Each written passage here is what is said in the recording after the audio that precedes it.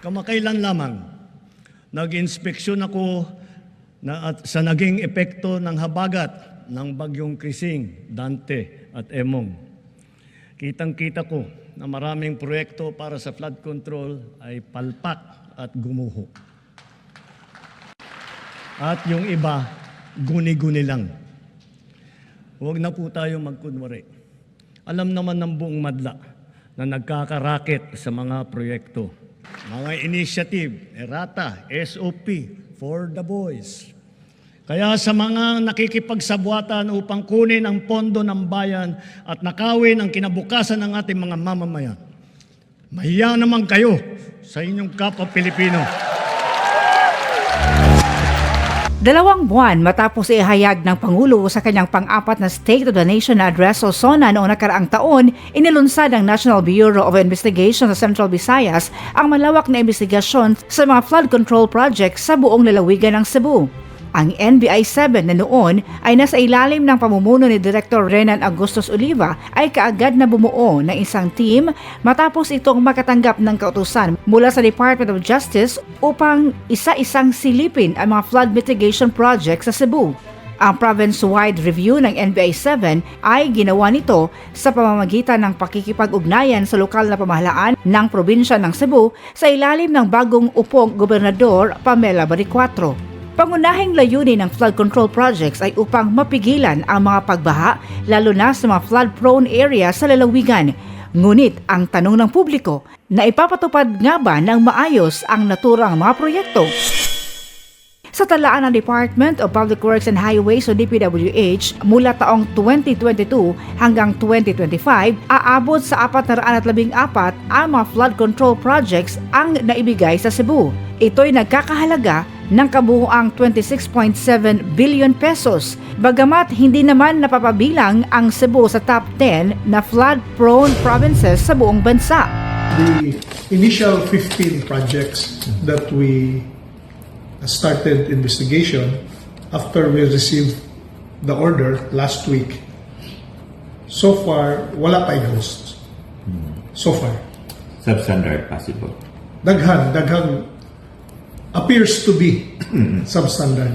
Sa pag-usad ng investigasyon, inihayag ng dating NBI Director na si Renan Oliva na may inisyal itong nasilip na 15 project na hinihinalang substandard, ngunit aminadong wala pa naman itong nakikitang maituturing na ghost project. Upang makabuo ng kaso, kinalap ng NBI-7 mga dokumento mula sa iba't ibang ahensya ng gobyerno kagaya ng Commission on Audit at Kooperasyon ng ibang mga tanggapan upang magamit sa patuloy na pag-inspeksyon sa iba't ibang mga proyekto.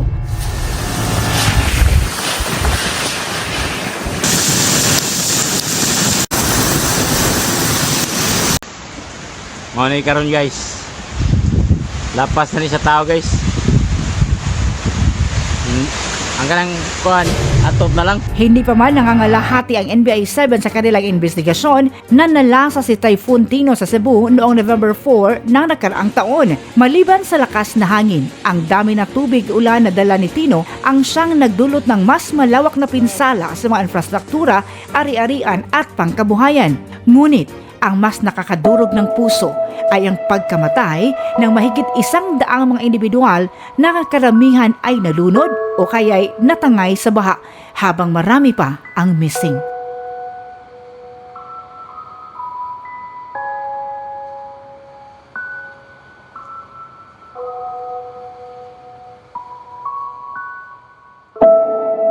Sa pag-aral ng UP Institute of Environmental Science and Meteorology, itinuring ang Typhoon Tino na isang extreme rainfall event na ibinuhos ang 428 mm na ulan sa loob ng 24 oras.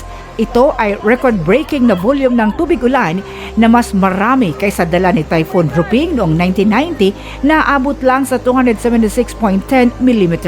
Sa pagtama ni Bagyong Tino sa Cebu na nagdulot ng pinakamatinding pagbaha sa kasaysayan ng lalawigan, nailantad din kung paanong nabigo ang bilyong pisong flood control project sa Cebu na poproteksyonan sana ang komunidad. Dahil dito, hindi ito nakaligtas sa panawagan para sa investigasyon at accountability kung saan mismong si Governor Pamela Baricuatro ay umapila sa Pangulo na maglunsad ng independenteng pagsusuri. Ganito rin ang tanong ng mga Cebuano, lalo na ang direktang apektado ng pagbaha, kung paano silang binigo ng mga flood control projects na ang pangako sanang dala ay proteksyon mula sa sakuna. Para sa Sona ng Pangulo ang ikalimang yugto, special coverage mula sa Arimen Cebu, Radyoman Aida Campos, Tatak Arimen.